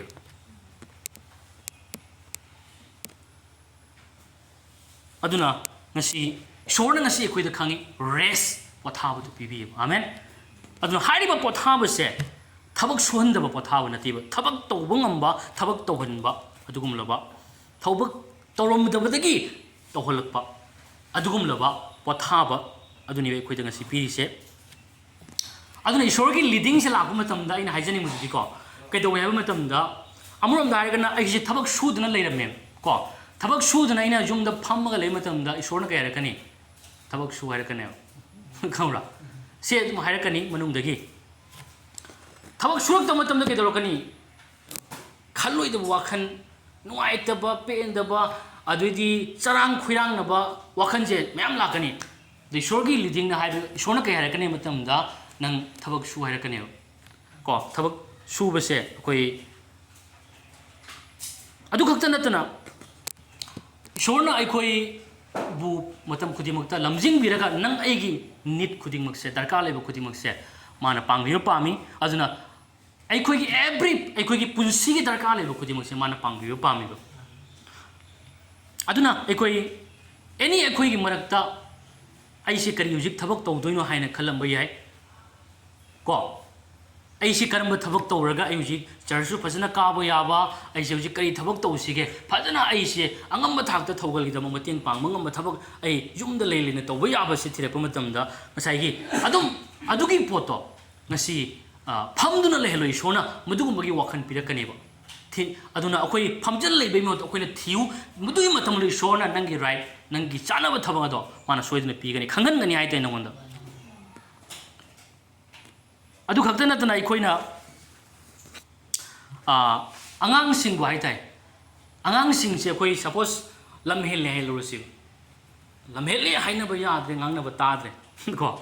ꯑꯗꯨꯝ ꯀꯩꯅꯣ ꯇꯧꯔꯦ ꯑꯗꯨꯒꯤ ꯃꯇꯝꯗꯨꯗ ꯊꯧꯖꯥꯜ ꯎꯠꯂꯤꯃꯦ ꯍꯥꯏꯗꯅ ꯑꯩꯁ ꯑꯩꯈꯣꯏꯗꯤ ꯒ꯭ꯔꯦꯁꯇ ꯂꯩꯕꯅꯤ ꯅꯪ Grace ꯎꯠꯀꯗꯕꯅꯦꯅ ꯀꯔꯤ ꯅꯥꯟꯕꯤꯅ ꯑꯗꯨꯝ ꯐꯨꯕꯤ ꯑꯗꯨꯝ ꯂꯝ ꯍꯦꯟꯕꯗꯤ ꯍꯦꯟꯕ ꯑꯗꯨꯝ ꯅꯥꯟꯕꯤꯅ ꯊꯝꯕ ꯑꯗꯨ ꯌꯥꯔꯣꯏꯕ ꯏꯁꯣꯔꯅ ꯀꯩ ꯍꯥꯏ ꯇꯁꯦꯡꯅꯃꯛ ꯅꯪ ꯅꯨꯡꯁꯤꯕ ꯑꯣꯏꯇꯥꯔꯒꯗꯤ ꯅꯪꯒꯤ ꯅꯆꯥꯗꯣ ꯅꯪ ꯋꯥꯔꯛꯀꯅꯤ ꯍꯥꯏ ꯆꯩ ꯐꯥꯎꯕ ꯊꯥꯅꯤ ꯍꯥꯏꯌꯦꯕ ꯑꯗꯨꯅ ꯊꯃꯣꯏꯗꯅꯦ ꯉꯁꯥꯏꯒꯤ ꯆꯩ ꯊꯥꯅꯤꯡꯕ ꯐꯥꯎꯔꯕ ꯁꯥꯖꯩꯅ ꯑꯃꯨꯛꯇꯪ ꯑꯣꯏꯁꯨ ꯆꯤꯡꯅꯤꯡꯕ ꯐꯥꯎꯔꯕ ꯑꯩꯈꯣꯏ ꯆꯤꯡꯕ ꯌꯥꯏꯑꯕꯀꯣ ꯑꯗꯨ ꯃꯇꯝꯗ ꯅꯉꯣꯟꯗ ꯄꯤꯁ ꯐꯪꯒꯅꯦꯕ ꯃꯗꯨ ꯆꯤꯡꯉ ꯃꯇꯨꯡꯗꯅꯦ ꯅꯉꯣꯟꯗ ꯄꯤꯁ ꯐꯪꯒꯅꯤ ꯍꯥꯏꯇꯥꯔꯦꯕ ꯃꯗꯨ ꯏꯁꯣꯔꯒꯤ ꯂꯤꯗꯤꯡꯅꯦ ꯍꯥꯏꯇꯥꯔꯦ ꯑꯩꯈꯣꯏ ꯑꯗꯨꯝ ꯊꯧꯖꯥꯜꯗ ꯂꯩꯔꯃꯤꯅ ꯑꯗꯨꯝ ꯅꯥꯟꯊꯅ ꯊꯝꯒꯗꯕꯅꯤ ꯍꯥꯏꯕꯒꯤ ꯄꯣꯠꯇꯣ ꯆꯤꯡꯕꯒꯤ ꯃꯇꯝ ꯂꯥꯛꯀꯅꯤ ꯀꯣ ꯅꯥꯟꯕꯒꯤ ꯃꯇꯝ ꯂꯥꯛꯀꯅꯤ ꯑꯗꯨꯕꯨ ꯑꯗꯨꯝ ꯅꯥꯟꯅ ꯂꯩ ꯇꯥꯔꯒꯗꯤ ꯑꯗꯣ ꯑꯁꯣꯏꯕ ꯂꯥꯛꯀꯅꯦꯕ ꯂꯝꯍꯦꯟꯕꯗꯨꯗ ꯑꯗꯨꯝ ꯑꯩꯈꯣꯏꯅ ꯍꯤꯠ ꯄꯤ ꯇꯥꯔꯒꯗꯤ ꯑꯗꯨ ꯌꯥꯔꯣꯏꯕꯀꯣ ꯑꯗꯨꯅ ꯏꯁꯣꯔꯒꯤ ꯂꯤꯗꯤꯡꯁꯦ ꯈꯪꯁꯦꯕ ꯑꯩ ꯁꯤꯒꯤ ꯐꯤꯕꯝꯁꯤ ꯑꯉꯥꯡꯁꯦ ꯑꯩ ꯀꯔꯝꯍꯥꯏꯅ ꯂꯣꯏꯅꯒꯗꯒꯦ ꯑꯝꯇꯪ ꯇꯥꯁꯤꯀꯣ ꯐꯖꯅ ꯑꯝꯇꯪ ꯇꯥꯃꯤꯟꯅꯁꯤ ꯃꯌꯥꯝ ꯑꯗꯨ ꯃꯗꯨ ꯑꯩꯈꯣꯏ ꯐꯖꯅ ꯈꯪꯁꯦ ꯍꯥꯏꯇꯥꯔꯦꯕꯀꯣ ꯑꯗꯨꯅ ꯑꯩꯈꯣই ꯑꯉꯥꯡ ꯈꯛꯇ ꯅꯠꯇꯅ ꯑꯩꯅ ꯍꯥꯏꯖꯅꯤꯡꯕꯗꯨꯗꯤ ꯑꯩꯈꯣꯏ ꯈꯨꯗꯤꯡꯃꯛꯁꯦ ꯑꯩꯈꯣꯏ ꯉꯁꯥꯏ ꯏꯁꯩꯗ ꯁꯛꯈ꯭ꯔꯦ ꯀꯣ ꯑꯝꯇꯪ ꯇꯥꯃꯤꯟꯅꯁꯤꯀꯣ ꯉꯥꯊꯖꯗꯨꯅ ꯅꯉꯣꯟꯗ ꯅꯪꯅ ꯅꯨꯡꯁꯤꯅ ꯍꯥꯏꯕꯤꯕ ꯋꯥꯁꯤꯡꯗꯣ ꯇꯥꯖꯅꯤꯡꯉꯦ ꯃꯌꯥꯝ ꯇꯥꯏꯀꯣ ꯑꯝꯇꯪ ꯁꯣꯝꯗ ꯀꯩꯅꯣ ꯌꯦꯡꯊꯣꯛꯄꯤꯔꯣꯀꯣ ꯉꯁꯥꯏ ꯁꯛꯈꯤꯕ ꯏꯁꯩꯗꯣ ꯉꯥꯊꯖꯗꯨꯅ ꯅꯉꯣꯟꯗ ꯅꯪꯅ ꯅꯨꯡꯁꯤꯅ ꯍꯥꯏꯕꯤꯕ ꯋꯥꯁꯤꯡꯗꯣ ꯃꯗꯨ ꯈꯧꯔꯥꯡꯅ ꯉꯥꯏꯖꯩ ꯍꯥꯏꯕꯅꯦꯕ ꯑꯗꯨꯅ ꯏꯁꯣꯔꯒꯤ ꯂꯤꯗꯤꯡꯗꯣ ꯑꯩ ꯄꯥꯝꯖꯩ ꯑꯩ ꯈꯧꯔꯥꯡꯅ ꯆꯠꯆꯕ ꯄꯥꯝꯃꯤ ꯃꯗꯨꯗ ꯑꯗꯨ ꯏꯁꯣꯔꯒꯤ ꯂꯤꯗꯤꯡ ꯍꯥꯏꯕꯁꯦ ꯃꯁꯤ ꯈꯪꯗ ꯇꯥꯔꯒꯗꯤ ꯏꯁꯣꯔꯒꯤ ꯂꯤꯗꯤꯡ ꯌꯥꯎꯗꯕ ꯂꯤꯗꯤꯡ ꯑꯗꯨꯒꯤ ꯃꯇꯨꯡ ꯏꯟꯅ ꯏꯁꯣꯔꯒꯤ ꯆꯤꯡꯕꯤꯕꯗꯨꯒꯤ ꯃꯇꯨꯡ ꯏꯟꯅ ꯆꯠꯇꯕ ꯃꯤ ꯑꯗꯣ ꯆꯥꯎꯈꯠꯄ ꯂꯩꯔꯣꯏ ꯑꯗꯨꯅ ꯑꯩꯈꯣꯏ ꯏꯁꯩꯗꯤ ꯐꯖ ꯐꯖꯕ ꯁꯛꯈ꯭ꯔꯦ ꯍꯥꯏꯇꯥꯔꯦ ꯋꯥꯔꯁꯤꯞꯇ ꯏꯁꯩꯗꯤ ꯁꯛꯈ꯭ꯔꯦ ꯑꯗꯨꯕꯨ ꯈꯧꯔꯥꯡꯖꯩ ꯅꯪꯒꯤ ꯋꯥꯍꯩ ꯅꯪꯒꯤ ꯉꯥꯡꯕꯤꯕꯗꯣ ꯈꯧꯔꯥꯡꯖꯩ ꯍꯥꯏꯔꯤꯕ ꯃꯌꯥꯝꯁꯤꯡꯗꯣ ꯑꯁꯤꯅꯤ ꯈ꯭ꯋꯥꯏꯗꯒꯤ ꯃꯁꯤꯒꯤ ꯑꯩꯈꯣꯏꯒꯤ ꯄꯨꯟꯁꯤꯗ ꯃꯥꯒꯤ ꯊꯋꯥꯏ ꯑꯁꯦꯡꯕꯒꯤ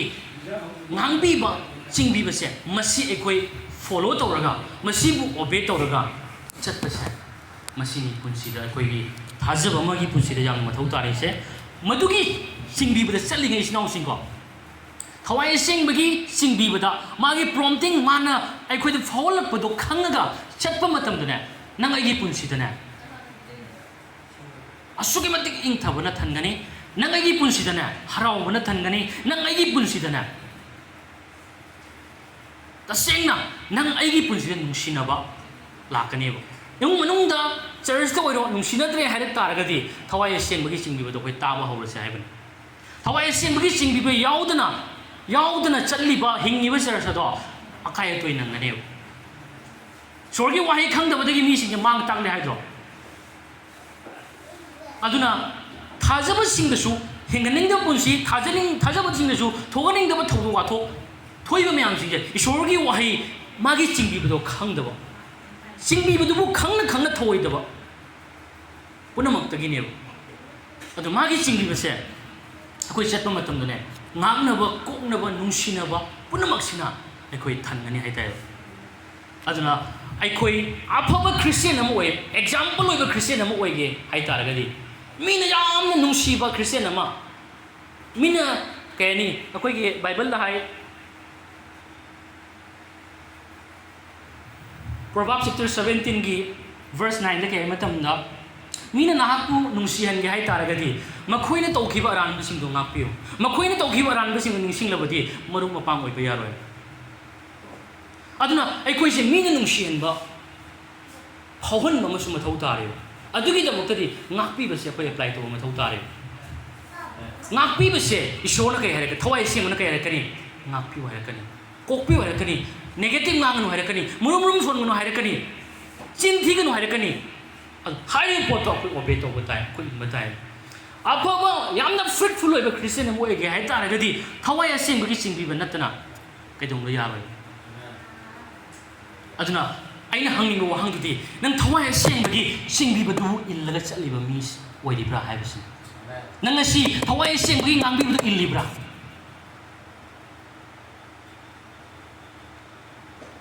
ꯑꯗꯨꯅ ꯄ꯭ꯔꯚꯨ ꯑꯩ ꯏꯜꯂꯤ ꯍꯥꯏꯁꯦ hiram khudimꯛꯇ thawai asengmana chingakpa khudimꯛꯇ inba mathau tayo hiram amakhaktada nate haise thawai asengmana isei saningba phawlena isei sakpudu adu khak nate thawai asengmana every detail khudimꯛ ikoi tambigani takpigani khanghanbigani adu ikoi maduda chappa tayo aduna ishorna ngasi ikoi bu karam moina karam mongda chingbiu pami matamda ishorgi pauta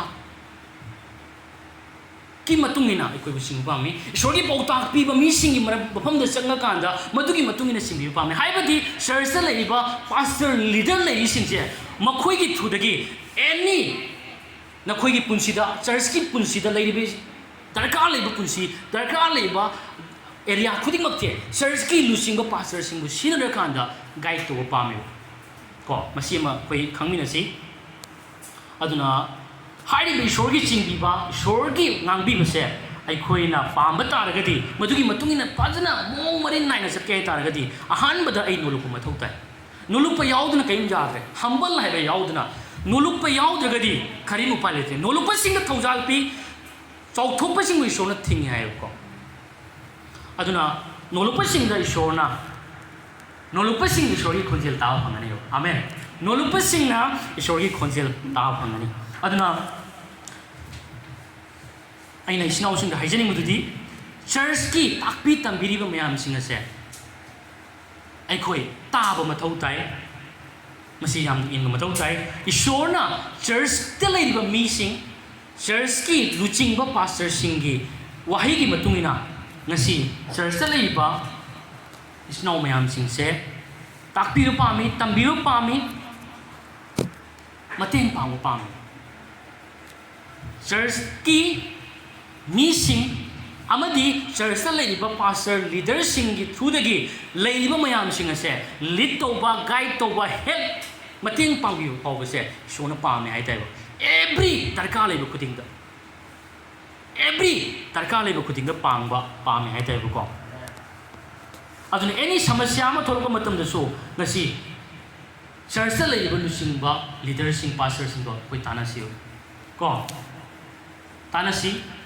kai gino hayo matam da akoi na khangi Solomon ning those king Solomon se akoi na khangi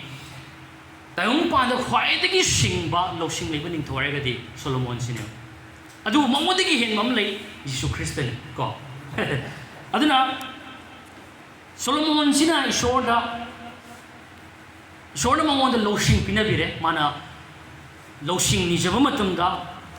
mana magi lai mayam sing se ai guide to biba chingbiba sena ba sing amna bagi damakta losing piwa matamda ishorna mangonda losing pibi kheb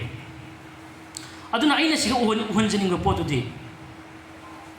Solomon si losing pira matungda ne magi akoi badane asingba mi ngakani maga loinariba mana thamiba any problem am thopa matam dane mangonda pautak pe toine masi pautak mayam no question laga masi lei hai tai Solomon se pautak mayam no question laga masi lei adu siga any issue ma tholoba matam dane mangonda pautak pi dorimi mangonda pautak pi dorimi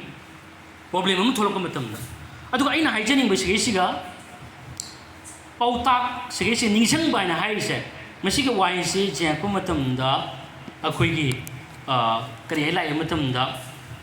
pautak haibisibu apang mi de gi pautak lo ja ga asing mi de gi ne asing mi je sigese opang se kana an haiba matamda Solomon lo ri ba pautak se high priest haibadi maduda lai ba purohit gi loiba ko purohit gi hai ba pautak to man lo hai tai ba ko Solomon na mase magi punsi da khangi yamtina mai pak pa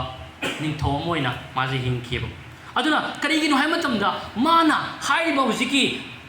purohit hai ba se purohit na kana bu represent toy purohit na church ki pastor amadi leader bu represent toy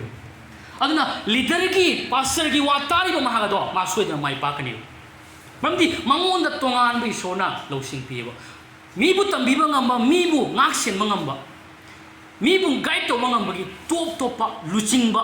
especially luching ba singa sigi magun se tongan pi aduna Solomon mai pakri do ma nuluk sakhi ma mayam gi luching basingi ma pautak lo khi amen adugi maramna ma mai pakhe tai adu khakta natana bible dai koi u phangi ama sai hai ba akoi gi kanglup akoi gi kunthana sabadugi adugum laba mioi luching ba hai tare हाइबदी यम तेन मपांगल कनबा David की मतमदा David से लेबा यादबदगी आदगी निंथौ सोलना soul की मरमना लेबा यादबदगी मसाइगी David ना तोंगानना लेबा मतम सिदा हारिबा निंथौ अमसाइ निंथौआय जिके हारिब अमसाइ लानमीगी लुसिंगबा मको मखोइ सिंगसे मखोइ टीम मोइना कुंथाना सेमबा टीम से ला कांदा मखोइ डेविड की मफमदा मखोइ डेविड की मायोक्ता लेबा नतना डेविड की मायोक्ता ngang नतना डेविड बु सैबा नतना डेविड की पूरा फुल सपोर्ट पी गया है डेविड की फुल सपोर्ट पी गया है से कुन ओ फंगे कमाय हाय मतमदा अहानबा इतिहास Chronicles chapter 12 की verse 18 दा काय मतमदा डेविड अइखोइ नहाकी ने हाय अमा साइज ने काय मतमदा डेविड अखोई नहाकिनी जेसी की मचानिपा अखोई नहाकी माइगेद ले नंगी सपोर्ट ले अखोई नंगी दमक लेपी हाइबने इको सिगार से मखोई सबमिशन तौखिबे डेविड की मायोक द लेखिदेबा डेविड से ईश्वर ने खंदोबने हाइबसे मोय सबमिट तौजखिब ईश्वर ने थाउ नोबिरबने हाइबसे मोय सबमिट तौजखिब मखोइद डेविड हाइसे ईश्वर की रेस्पॉन्सिबल सिनरबने हाइबसे ईश्वर ने थौदांग सिनरबने हाइबसे मखोइ खंगा कांदा मखोइ सबमिट तौखिब अदु खक्ता नतने अखोइ चर्च दा होजिता हाइजबदो चर्च दा थौदांग पुरिबा रेस्पॉन्सिबल पुरिबा पास्टर लीडर हाइबसे सेंगना हाइगदी एनी प्रॉब्लम लाको मतमदा अखोइ मखोइ की पाउता मसि लौदबा अखोइ सुंया यादे मसीगी पाउताक लौरगा मदुगी मतुंगिना अखोइ चटपा मतमना अखोइ खुदोंग थिबा तारोय अखोइ पीसफुल होइना जामना ईश्वरगी लीडिंग अदुगी मतुंगिना ईश्वरना पाउताक ईश्वरना पिबिरिबा पाउताक ईश्वरना कनादनो लुसिंगबा सिंगदा पाउताक पिब लौसिंग ज्ञान पिबिब अदुगी मतुंगिना तोरपा मतमदी अखोइगी चर्च ओइरो चर्च की लेडिमिसिना खुदिंगमकना चटपा हिरम खुदिंगमकता लोइना महै यानबा माइ पाकुदु ओइगनि हाइताय आमेन अदुना लुसिंगबसिंगी वासे मसि लुमना लौबा सुगमति मथौ ताय जीसु ख्रिस्ट फावबा लुसिंगबसिंगी मखा पोलगा हिंखि हाइताय जीसु ख्रिस्ट न सही 33 फारको मतमदा माकी ओजा सिंगदो मदुदा मा वाहंग हंगमे लुसिंगबसिंगना हाइबदो मा तारमि मा समितो मा ईश्वरगसु मा समितो खिबा जीसु फावबा समितो खि हाइताय आमेन अदु खक्ता नतना ममा मपाना यीशुजे थीबा लाप मतम दो फावबा मासे ममा मपाना हाइबदो यारगा मा हनु हनखि हाइताय आमेन असे अखोइ यामना असुकी मतिक अखोइगी पुंसिदा दरकार ले हाइताय बको अदुना मखा पोन बायबसे कोइ यामना मथौ ताय अदुना जीसुना मखा पोन बे पुंसि नुलुकजो पुंसिदो मा हिंबगी मरमना बाइबल न कया है जीसु लौसिंगदा सोंग सदादा अमसुंग ईश्वरगा मीसिंगना चानबदा हेंगलकलमे आमेन हालेलुया अदुना नोलुकसे वा सबमिशन तोबा स्पेशली चर्च की लीडर पास्टर सिंगा सबमिशन तोरको मतमददि असुकी मतिक चौखटकने हाइबसे अखोइ पास्टर जोनोने सु पिबिरमे जीसु से मंगोंदा मास्टर कौबा मंगोंदा ओजा कौबा कनामतना मंगोंदगी बोल फंखिदेव अदुबु मंगोंदा प्रभु कौबा खतना ईश्वरदगी जीसुदगी बोल फंखिबा हिलिंग थोकी अनाबा ए खुदिंगमक्तगी कोकचौ फंखिबा आमेन अदुना करिगी दमक्तनो फंखिदो हाइतारगदि ngasi जीसुदो आइना ओजानी खंगगा जीसुदो अफो मिसक अमनि खंगगा जीसुदो आइगी ओजानी आइगी प्रॉफिट नि खंगगा आइको कन्वियो फंगने दे जीसुदो प्रभुनी हाइबा जाजबा मा अदुना लौसिनजबा मा अदुना कन्वियो फंगनी हाइबनि आमेन अदुना चर्च द ईश्वर पिबिबल लीडर पास्टर सिंग असिदा नोलुकजबा मतमदने सबमिशन तौ मतमदने बोरसे नोइनी फंगसिबो को जेसिगा असिगी वारिसे लाई हाइदने को आइदि ꯑꯩꯉꯣꯟꯗ ꯑꯩꯁꯦ ꯌꯥꯝꯅ ꯆꯥꯎꯖꯅꯤꯡꯕ ꯀꯧꯍꯟꯅꯤꯡꯕ ꯑꯗꯩꯗꯤ ꯀꯧꯒꯗꯕꯅꯤ ꯍꯥꯏꯕꯗꯨꯒꯤ ꯄꯣꯠꯇꯨꯁꯨ ꯅꯠꯇꯦ ꯏꯁꯣꯔꯒꯤ ꯑꯅꯤꯡꯕꯗꯣ ꯃꯗꯨꯗꯗꯤ ꯑꯩꯈꯣꯏ ꯆꯠꯃꯤꯟꯅꯁꯦ ꯍꯥꯏꯕꯒꯤ ꯋꯥꯅꯦꯕ ꯑꯩꯁꯨ ꯑꯩꯒꯤ ꯁꯥꯏꯠꯇꯒꯤꯁꯨ ꯑꯩꯅ ꯈꯟꯖꯕꯁꯤꯗꯤ ꯑꯩꯗꯤ ꯏꯁꯣꯔꯅ ꯁꯦꯟꯅꯕꯤꯕ ꯔꯦꯁꯄꯣꯟꯁꯤꯕꯜꯁꯦ ꯑꯩ ꯕꯦꯁ ꯑꯗꯣ ꯑꯩ ꯄꯥꯡꯊꯣꯛꯀꯅꯤ ꯃꯥꯒꯤ ꯊꯧꯖꯥꯜꯗꯣ 아멘 ꯑꯩꯗꯤ ꯕꯦꯁ ꯑꯗꯨ ꯇꯧꯒꯅꯤ ꯃꯤꯅ ꯉꯥꯡꯅꯤꯡꯕ ꯈꯟꯅꯤꯡꯕ ꯅꯦꯒꯦꯇꯤꯚ ꯈꯟꯖꯁꯅꯨ ꯑꯩꯗꯤ ꯍꯥꯏꯐꯝ ꯊꯣꯛꯄꯗꯣ ꯍꯥꯏꯒꯅꯤ ꯇꯧꯐꯝ ꯊꯣꯛꯄꯗꯣ ꯇꯧꯅꯤ ꯍꯥꯏꯕꯗꯣ ꯑꯩꯗꯤ ꯂꯩꯌꯦꯕ ꯑꯩꯗꯤ ꯕꯦꯁ ꯇꯧꯗꯣ ꯇꯧꯅꯤ ꯑꯗꯨꯒꯨꯝꯅ ꯆꯔꯆꯇ ꯂꯩꯔꯤꯕ ꯏꯆꯤꯟꯅꯥꯎ ꯃꯌꯥꯝꯅꯁꯨ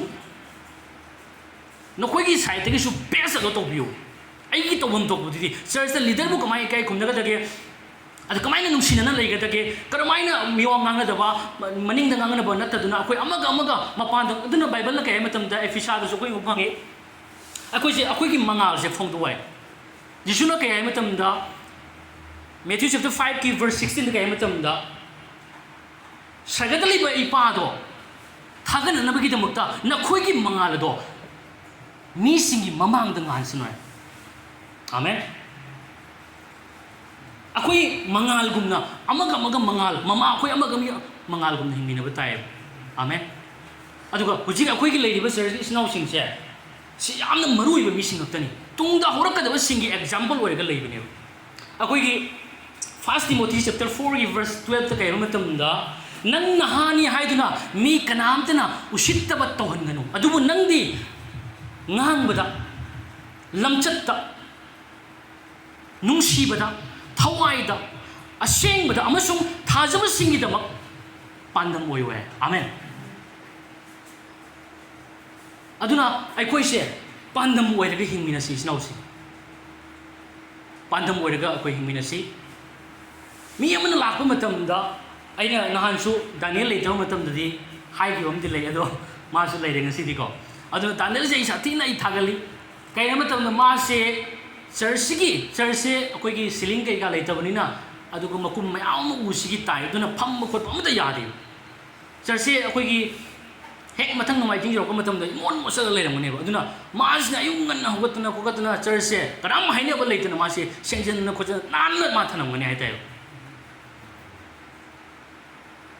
ꯑꯁꯤꯅꯤ ꯄ꯭ꯔꯚꯨꯅ ꯄꯥꯝꯃꯤꯁꯦ ꯑꯁꯨꯒꯨꯝꯅ ꯇꯧꯕꯁꯤꯅꯤ ꯄꯥꯝꯃꯤꯁꯦ ꯍꯥꯏꯅꯕ ꯂꯩꯇꯅ ꯃꯤꯅ ꯀꯅꯥ ꯀꯔꯤ ꯍꯥꯏꯔꯛꯀꯗꯒꯦꯅ ꯈꯟꯕ ꯂꯩꯇꯅ ꯑꯩ ꯄ꯭ꯔꯚꯨꯗ ꯇꯧꯔꯤꯕꯅꯤ ꯍꯥꯏꯕꯅ ꯑꯦꯛꯖꯥꯝꯄꯜ ꯑꯣꯏꯅ ꯍꯤꯡꯕꯁꯤ ꯌꯥꯝ ꯃꯊꯧ ꯇꯥꯏ ꯑꯩꯈꯣꯏ ꯍꯤꯔꯝ ꯈꯨꯗꯤꯡꯃꯛꯇꯅꯤꯀꯣ ꯍꯤꯔꯝ ꯈꯨꯗꯤꯡꯃꯛꯇꯅꯤ ꯑꯦꯛꯖꯥꯝꯄꯜ ꯑꯣꯏꯗꯣꯏꯁꯦ ꯑꯗꯨꯒ ꯁꯄꯣꯖ ꯑꯩꯅ ꯍꯥꯏꯖꯅꯤꯡꯀꯣ ꯑꯩ ꯃꯌꯥꯝꯗ ꯄꯣꯏꯟ ꯇꯧꯔꯒ ꯍꯥꯏꯕꯗꯨꯗꯤ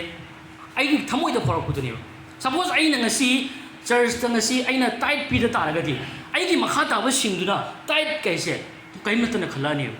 ꯑꯗꯨ ꯇꯥꯏꯠꯀꯤ ꯚꯦꯂꯨ ꯈꯪꯉꯔꯣꯏ ꯑꯗꯨꯅ ꯑꯩꯈꯣꯏꯗꯒꯤ ꯇꯝꯒꯗꯕ ꯄꯣꯠꯇꯣ ꯑꯩꯈꯣꯏꯅ ꯃꯔꯝ ꯑꯣꯏꯔꯒ ꯃꯣꯏ ꯐꯥꯎꯕ ꯑꯩꯈꯣꯏꯅ ꯃꯔꯝ ꯑꯣꯏꯔꯒ ꯉꯁꯥꯏꯒꯤ ꯏꯁꯣꯔꯒꯤ ꯑꯅꯤꯡꯕꯗꯨꯗ ꯆꯠꯍꯜꯂꯣꯏꯗꯣꯏꯅꯦꯕ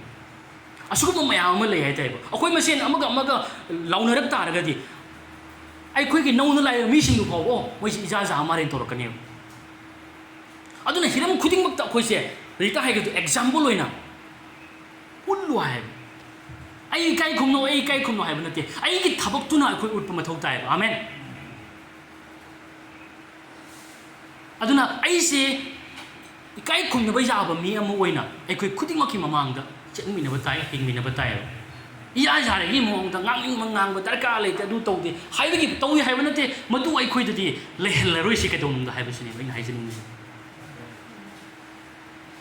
ꯑꯦꯐꯤꯁꯥ ꯆꯦꯞꯇꯔ 4ꯒꯤ ꯚꯔꯁ 31 32ꯗꯁꯨ ꯀꯩ ꯃꯇꯝꯗ ꯑꯊꯤꯕ ꯋꯥꯉꯥꯡ ꯑꯁꯥꯎꯕ ꯃꯩ ꯍꯧꯅ ꯁꯥꯎꯕ ꯂꯥꯎ ꯈꯣꯡꯕ ꯑꯗꯨꯒꯨꯝꯕ ꯑꯊꯤꯕ ꯋꯥꯉꯥꯡ ꯄꯨꯝꯅꯃꯛꯀ ꯂꯣꯏꯅ ꯐꯠꯇꯕ ꯄꯨꯝꯅꯃꯛꯇꯣ ꯅꯈꯣꯏꯗꯒꯤ ꯂꯧꯊꯣꯛꯈꯤꯕ ꯑꯣꯏꯁꯅꯨ ꯅꯈꯣꯏ ꯑꯃꯒ ꯆꯥꯟꯅꯧ ꯍꯥꯏꯕ ꯑꯗꯨꯅ ꯐꯠꯇꯕ ꯍꯥꯏꯕ ꯄꯣꯠꯁꯦ ꯑꯩꯈꯣꯏꯗꯒꯤ ꯂꯩꯍꯟꯕ ꯁꯨꯡꯌꯥ ꯌꯥꯗꯦ ꯍꯥꯏꯇꯥꯔꯦ ꯑꯦꯛꯖꯥꯝꯄꯜ ꯑꯣꯏꯔꯣꯏꯗꯕ ꯊꯕꯛ ꯄꯨꯝꯅꯃꯛꯁꯦ ꯑꯩꯈꯣꯏꯗꯒꯤ ꯃꯥꯡꯍꯟꯁꯦ ꯍꯥꯏꯕꯁꯤꯅꯤ ꯑꯗꯨꯗꯤ ꯏꯀꯥꯏ ꯈꯨꯝꯅꯕꯁꯦ ꯐꯪꯗ꯭ꯔꯤꯉꯩꯗ ꯍꯥꯟꯅ ꯅꯣꯂꯨꯛ ꯆꯠꯁꯤꯕ ꯑꯩꯈꯣꯏ 아멘 ꯑꯩꯈꯣꯏ ꯅꯣꯂꯨꯛ ꯆꯠꯁꯤ ꯅꯣꯂꯨꯛꯄꯗ ꯑꯩꯈꯣꯏ ꯍꯤꯡꯃꯤꯟꯅꯁꯤ ꯑꯗꯨꯒ ꯑꯩꯅ ꯍꯤꯡꯉꯤꯕ ꯄꯨꯟꯁꯤꯁꯦ ꯑꯩ ꯏꯁꯣꯔꯒꯤ ꯋꯥꯍꯩꯗꯨꯒꯤ ꯃꯇꯨꯡ ꯏꯟꯅ ꯍꯤꯡꯉꯤꯕ꯭ꯔꯥ ꯆꯠꯂꯤꯕ꯭ꯔꯥ ꯉꯥꯏꯕ꯭ꯔꯥ ꯇꯧꯔꯤꯕ꯭ꯔꯥ ꯑꯗꯨ ꯈꯛꯇ ꯅꯠꯇꯅ ꯑꯩꯅ ꯏꯁꯣꯔꯅ ꯅꯨꯡꯇꯤꯒꯤ ꯉꯥꯡꯕꯤꯔꯤꯕ ꯋꯥꯍꯩꯁꯤꯡꯁꯦ ꯑꯩꯁꯤꯕꯨ ꯃꯁꯤꯕꯨ ꯐꯣꯂꯣ ꯇꯧꯔꯤꯕ꯭ꯔꯥ ꯑꯗꯨꯅ ꯁꯣꯏꯔꯛꯄ ꯃꯤꯗꯨꯕꯨ ꯑꯩꯅ ꯀꯃꯥꯏꯅ ꯕꯤꯍꯦꯕ ꯇꯧꯔꯤꯒꯦ ꯀꯔꯝꯕ ꯋꯥꯉꯥꯡ ꯉꯥꯡꯉꯤꯒꯦ ꯖꯤꯁꯨꯅ ꯃꯤ ꯑꯁꯣꯏꯕ ꯃꯤꯗꯣ ꯁꯣꯏꯔꯛꯄ ꯃꯇꯝꯗ ꯅꯪꯗꯤ ꯃꯥꯡ ꯇꯥꯛꯁꯅꯨ ꯍꯥꯏꯗꯦꯕ ꯃꯥꯒꯤ ꯅꯨꯡꯁꯤ ꯊꯧꯖꯥꯜ ꯑꯗꯨ ꯎꯠꯄꯤꯈꯤꯕ 아멘 ꯑꯗꯨꯅ ꯑꯩꯈꯣꯏ ꯍꯤꯔꯝ ꯈꯨꯗꯤꯡꯃꯛꯇ ꯑꯩꯒꯤ ꯅꯣꯂꯦꯖꯇꯗꯤ ꯌꯥꯔꯣꯏ ꯑꯩꯈꯣꯏ ꯃꯌꯥꯝꯒꯤ ꯅꯣꯂꯦꯖꯇꯗꯤ ꯌꯥꯔꯣꯏ thawai aseng mana kari haidigi haibagi matungina aikoi khong thang base masi ma aikoi tongina rase haibasi aduna aroi bada aina haijani mududi aikoi ngasi ishona khwaidagi penbiriba ishona khwaidagi pamjariba jisu faubana nolok sakhiba adugo man nolok pa punse do madugi nolok paduda nahak hirang khuding makta ishorgi wahina bo hairadi ai nolokani ishorgi wahina pam khuding ai gi punsi je nolok na hingani jisu di cross sio fauba nolok sakhi amen jisu faubana haibe in kheb amen akoi chauthokningai chauthokna napal ka dana ngak haigalaga hingbagi aikoi da madui khudong sawam ta pirosi madugi room mamata aikoi da piba jade maramdi madu lai phata badagini Ephesians chapter 4 verse 27 da lai phata bada mafam pigano hayo room mamda pigano hayo amen aduga last oina ina hajani mamana ai thamoi da phaw mamana any aikoi gi पुनिंग दा ताननिंग बा नुआई तबा इनि उरकप मतम दा अमन अमदगी एंगोन गिसु नुआई तबा उरकप जाय नत्रा मरम देइसु मपुंग फाव नते मयाम gi thamoi pelak tबु जोरकनी नुआई तबु जो फरकनी मयाम तोरकनी अदो आइदी मपुंग फाये नदि लोबी गनो मयाम को अदुना अदु वइन हाइजनिंग बा आइगी साइड तगी हाइजनिंग मदुदी एनी नुआई तबा ओइ तारगसु एंगोन दा वारि साबियो फजनो वारि साबियो aisu sumthokna bohana jagani boko adu maning dadi ngangbi lai phata bada mafam bibi gano maning da igi matang amadamu tambo khotpagi thabak simdi lai haibana te sumdo to bi gano aroi bada isnau sing sina pungloi loi bani ko ai koi thawai se bagi sing yu se asuki matik ai koi punsi tarka lai aduna magi sing bi bada lai ba matam da ai koi thabak to ba mi mo heli achum da sat pa mi mo heli atan ba mi o hende magi chingbi sapa matam da ekoi mai pa ko yeni amen nungsina ba harau ba apen ba ai gi thamoi gi pam ju du fawa thungani adu khakjana thana good success te ekoi da lakane amen good success mai pa ko du lakani mai pa pai bse ekoi bse nungsina bse se jaw ram mai pa ko ai di mai pa da ga jeng thina ba nungai ta ba pen da ba asau ba du thawadi du mai pa ko go di snow sing ko mai pa ko nate aduna aina hangjani mudri snow sing aikoi asok nungsiduna aikoi bu taimong pan ma aroi fawa thadok aroi hena ngasi wasak biriba aikoi gi damakta yaw senbo biriba prabhu numit khuding aikoi bu pungja khuding sen biriba rungo mahaga se magi sing biba se ngasi aikoi ngasi dagi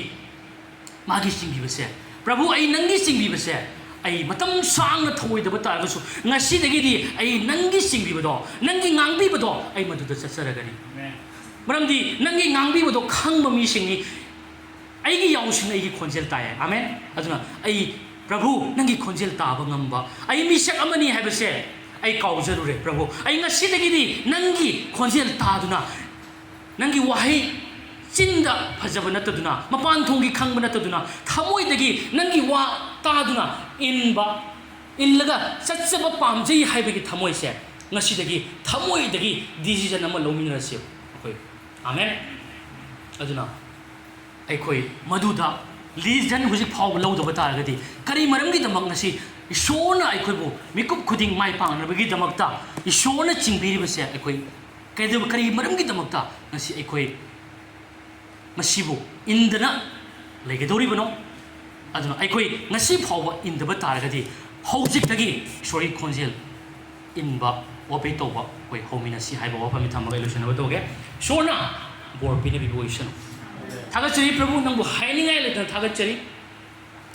ngasi gi nangi wahai asi dagi church ta leiba nungsiraba prabhu nangna pina bi ba isna mayam singa se prabhu ibungo nang asuki matik thangat pa pami asuki matik bor pi pami asuki matik mai pang hingan pa pami bese prabhu nangi wahai de ke ujare prabhu kudung thiba yaudna hingan bese prabhu nangi apam ne chu pangi prabhu madugi maramgi damo nahang ngakbi simbiri church lusing basing thambiri prabhu ai khoi ba bor pi pamagi damo dani ai khoi na mahai ya no punsi oina na bagi damo dani prabhu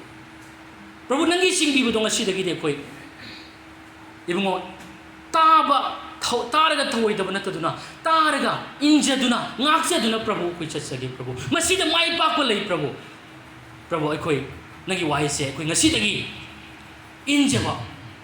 ngambagi pangal do asi ai khoi de Prabhu nang wahai sing sigi mapan happy re se thaji Prabhu tamina kra wahai sing ase koi khuding ma ki dama Prabhu nang na arem ba tahan bi de amasung ngasi dagi anauba khongthang di sanama lowba ngama mi saksi mo henry Prabhu Jesus Christ ni ming da haijaba amen